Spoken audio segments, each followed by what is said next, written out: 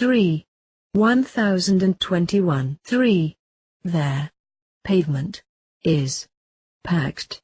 2. With lines of wood. B. Customers beneath their low striped awning of their cheese shop, and outside their where their sign says a limited quantity will be available at 3 o'clock. A warm, delicious aroma.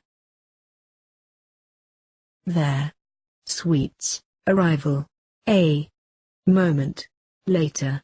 I turn onto a side street and pull their bike up against their wall, which is covered in faded posters exhorting passers-by to buy war bonds.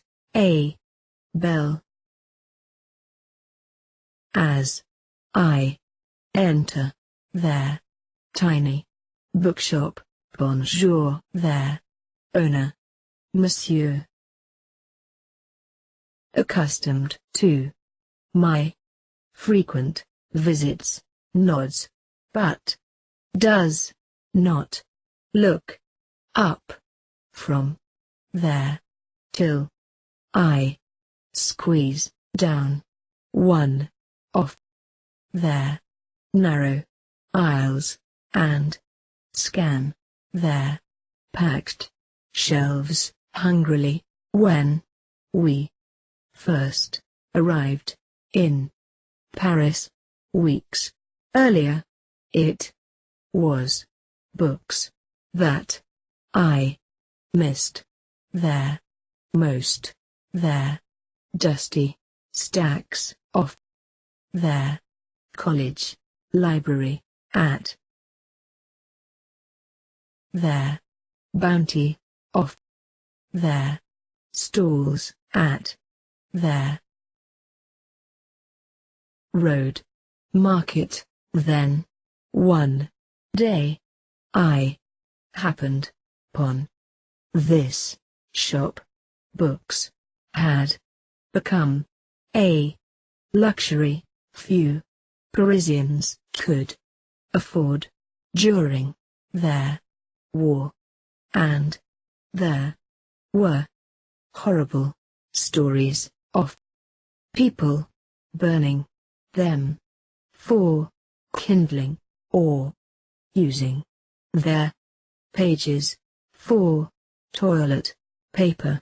But some had instead brought them to places like this, selling them for a few francs in order to buy bread.